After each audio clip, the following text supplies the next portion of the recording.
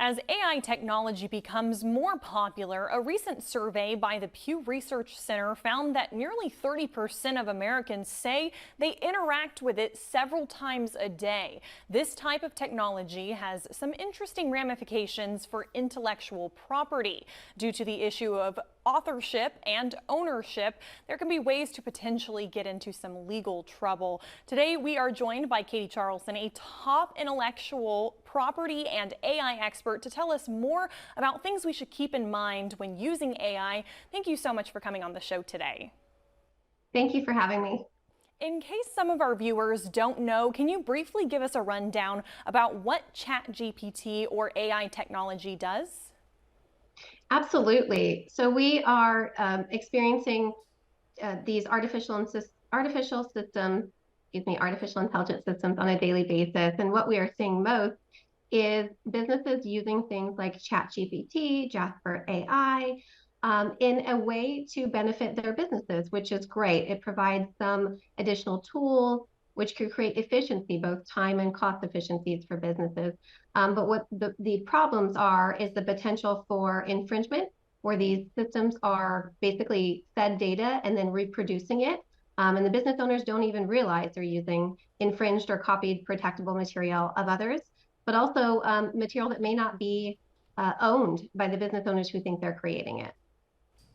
The model for ChatGPT is trained on created works. What are some ways that a person could face some legal issues? I know you mentioned it briefly, but when using this technology, what could they face?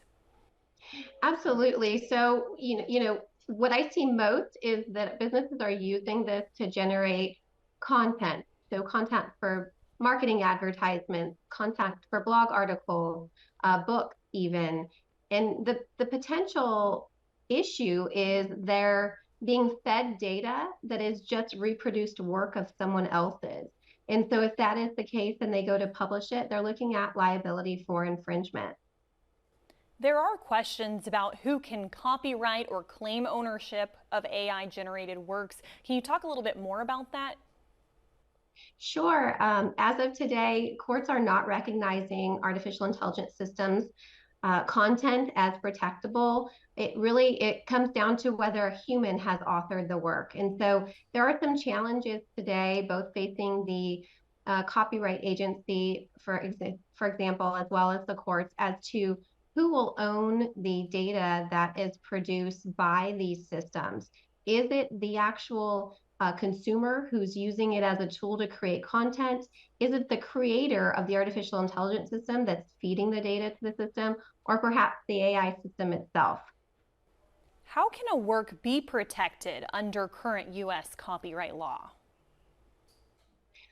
Well, sure. So when you create an original work and you put it in some sort of tangible, or I should say intangible medium, like a book, like a movie, like a music composition, you can register it with the U.S. Copyright Office, which gives you protectable rights as against others and will allow you to stop competitors from using your work.